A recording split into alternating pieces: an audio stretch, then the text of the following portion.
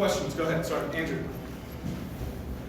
Steve just told us a few minutes ago that Jay Witt got poked in the eye yesterday. Almost didn't play today. So he does play, and he goes for 19 high with you guys. I'm going to poke him in the eye on Monday. We got to practice off, and that's on the practice plan. That's the first thing that I'm going to do, just throw a ball at his other eye. That's just the formula now, huh? I guess so.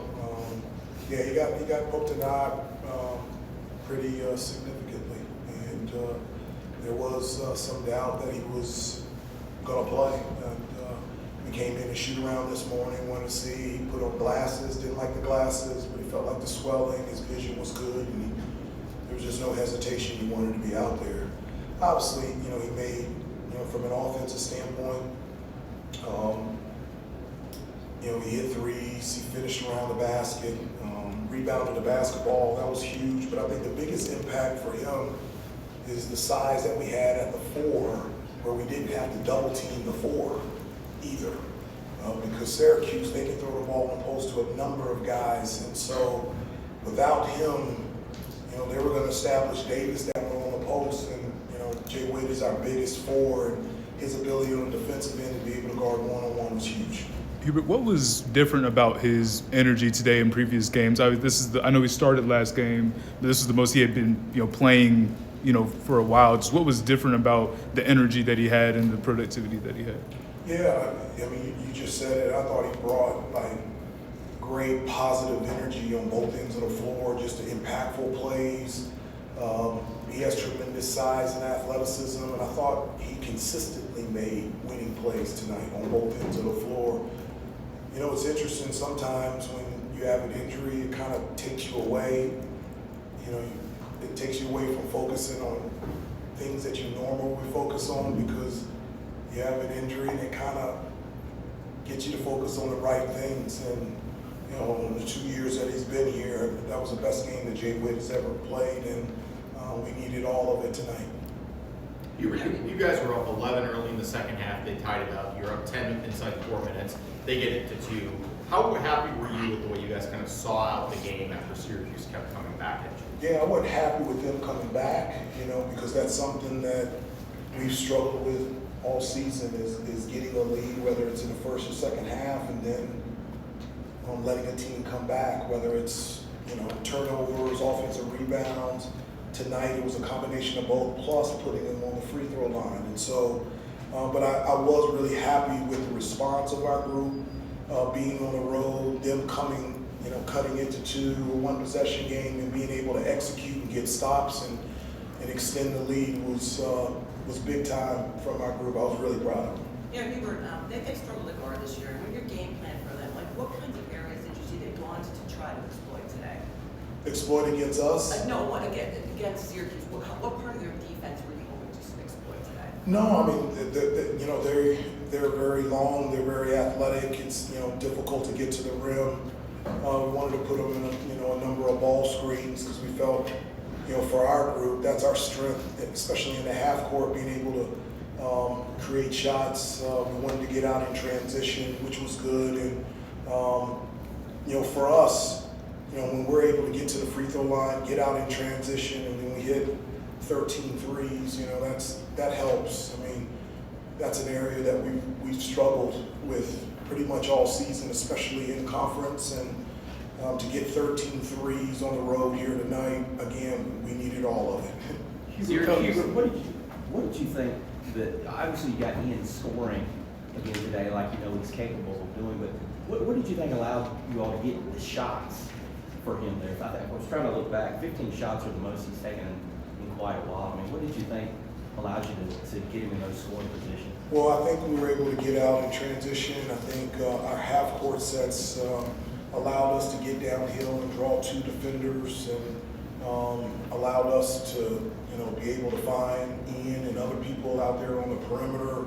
And also, coming into this game, we weren't shooting threes very well, so they were protecting the paint, trying to keep it from us getting to the basket. But I really think, Ian hit his first 3. He did. Then he got out in transition, and that really got him going. And I think it also got him going that he's back here in New York. I know it's a long way away from the Bronx, and his best friend and teammate is Elijah Moore on the other end of the team. So I know that he was really excited about playing in this game. Coach, Syracuse threw the zone at you in the middle of that second half. Yeah. How did you guys run through that? Well, I mean, we knew they were going to play some zone, and we got exactly what we wanted. We always want to attack the basket through post or penetration, even against a zone. We want to get the ball in the middle and not settle for threes. I thought we did a good job scoring in that mid-range, getting to the basket, and also knocking down threes. Our ball movement, shot fakes, pass fakes, I thought were really good.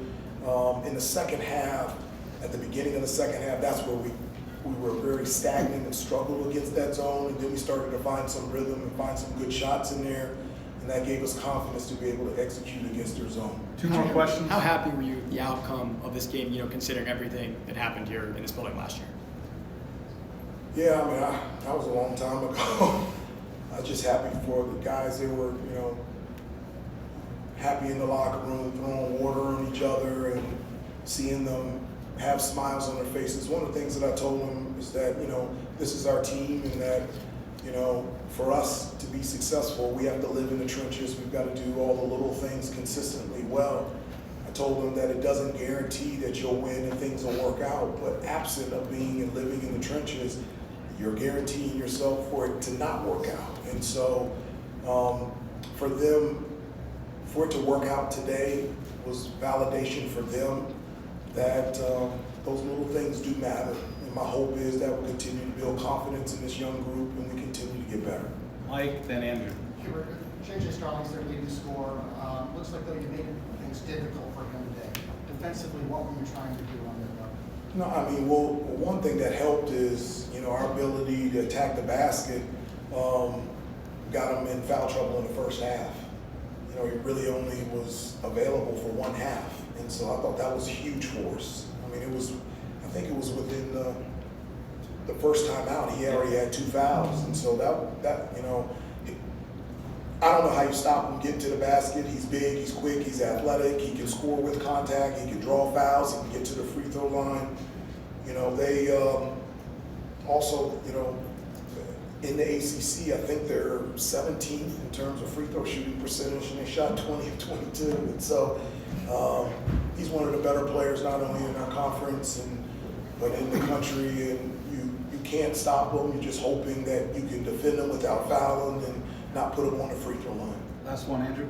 What were some of the conversations with Ian the last few days? His recent struggles have been pretty well chronicled, and it looked like he played very free and loose as soon as he stepped on the floor today. Yeah, I mean, I told the whole group I wanted him to play fast and free, but not cool and casual, and so, Ian and I met every day this week, and we talked about the adjustments that teams have made against him defensively, and now it's time for him to make an adjustment. Also talked to him about that he's a basketball player, and there's more ways that he can impact winning outside of just scoring the basketball. There's defending, rebounding, taking care of the basketball, all those different things. And so I challenged him to make winning plays in other areas, not just scoring. But obviously, when you have Ian going alongside RJ, and then you throw in Jay Witt, that's that second and third scorer that we like to have every game. And I was really happy that they stepped up tonight. Coach, thank you. Thank you, guys.